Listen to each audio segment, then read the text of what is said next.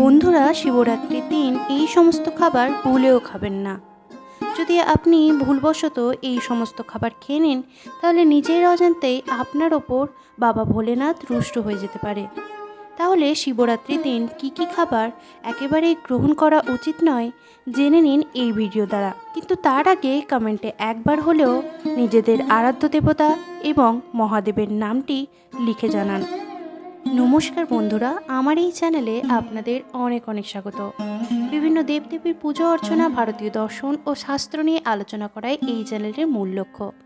তাই আপনি যদি আমার নতুন শ্রোতা বন্ধু হয়ে থাকেন, তাহলে চ্যানেলটি সাবস্ক্রাইব করে পাশে থাকার অনুরোধ রইল। আপনাদের একটু সহযোগিতা আমার ভিডিও করার অনেকটা মনোবল বাড়াবে। তাহলে চলুন জেনে নিই শিবরাত্রির দিন কোন কোন খাবার ভুলেও গ্রহণ করা উচিত নয়। মহাশিবরাত্রি হল একটি পরম মঙ্গলময় দিন। এই দিন দেবাদিদেব মহাদেবের আরাধনা করা হয়। বাবা ভোলেনাথ তার ভক্তগণের ওপর অল্পতেই সন্তুষ্ট হন।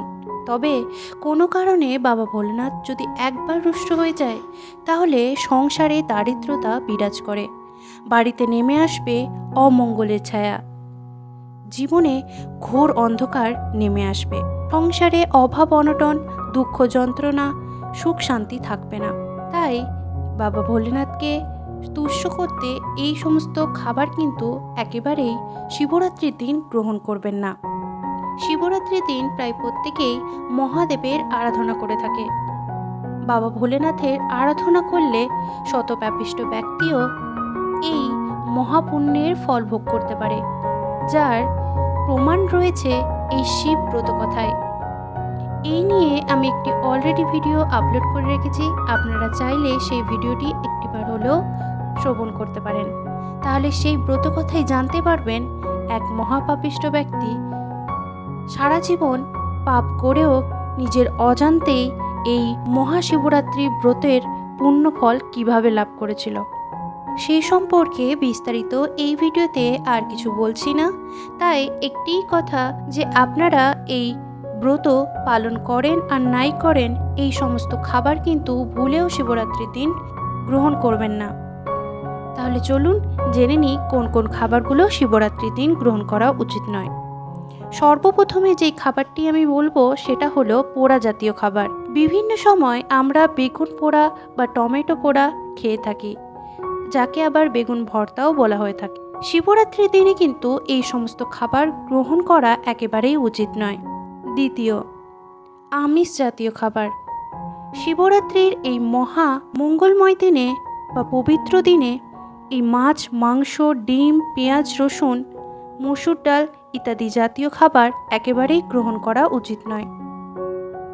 তৃতীয়, নেশা জাতীয় খাবার।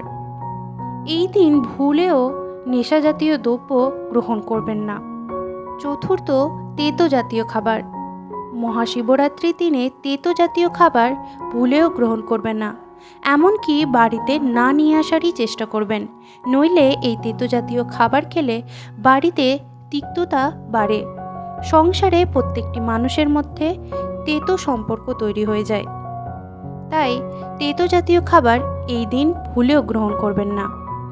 এছাড়াও আপনাদের জানিয়ে রাখি, এই দিন কিন্তু ছত্রাক জাতীয় খাবার যেমন মাশরুম, এই সমস্ত খাবারও কিন্তু এড়িয়ে চলার চেষ্টা করুন। এছাড়া আরও জানা যায় যে এই দিন পঞ্চরবি শস্য গ্রহণ করবেন না। ডাল, ভাত, রুটি বা ময়দা তৈরি কোনো জিনিস এই দিন গ্রহণ করা থেকে বিরত থাকুন। পঞ্চরবি শস্য এই দিন একেবারেই ভুল করেও গ্রহণ করবেন না। আশা করি কোন কোন খাবার এই শিবরাত্রির মহা মঙ্গলময় দিনে গ্রহণ করা উচিত নয় সে সম্পর্কে জানতে পেরেছেন। ভুল করেও এই সমস্ত খাবার গ্রহণ করবেন না। মহাশিবরাত্রিতে বাবা ভোলেনাথকে আরাধনায় সেই দিনটি পালন করুন। দেখবেন এই আরাধনার মাধ্যমে বাবা ভোলেনাথের আশীর্বাদ আপনি অবশ্যই লাভ করবেন। কিছু কিছু নিয়ম অবশ্যই পালন করার চেষ্টা করবেন। আর কি কি কাজগুলো করলে বাবা ভোলেনাথের আশীর্বাদ লাভ করা যায় সেই সম্পর্কেও আমি অলরেডি একটি ভিডিও আপলোড করে রেখেছি, সেই ভিডিওটি পারলে একটিবার দেখে নিতে পারেন। যে কোন কোন জিনিস বাবা ভোলেনাথকে নিবেদন করতে হয় না। তাহলে চলুন আজকের মতো ভিডিওটি এখানেই শেষ করছি। আবারও দেখা হবে নতুন কোনো ভিডিও নিয়ে। সবাই ভালো থাকুন, সুস্থ থাকুন, ঈশ্বর সবার মঙ্গল করুক। খুব ভালো মতো শিবরাত্রির ব্রত পালন করুন। আজকের মতো এখানেই বিদায় জানাচ্ছি। ঈশ্বর সবার মঙ্গল করুক। জয় শ্রীকৃষ্ণ। রাধে রাধে।